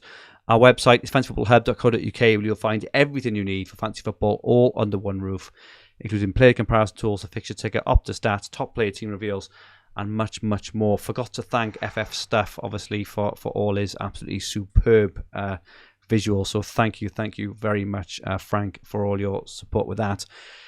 We'll be back next Sunday with a shorter episode. 100% it'll be a shorter episode, but we'll be looking ahead to game week 5. Stay safe and good night all.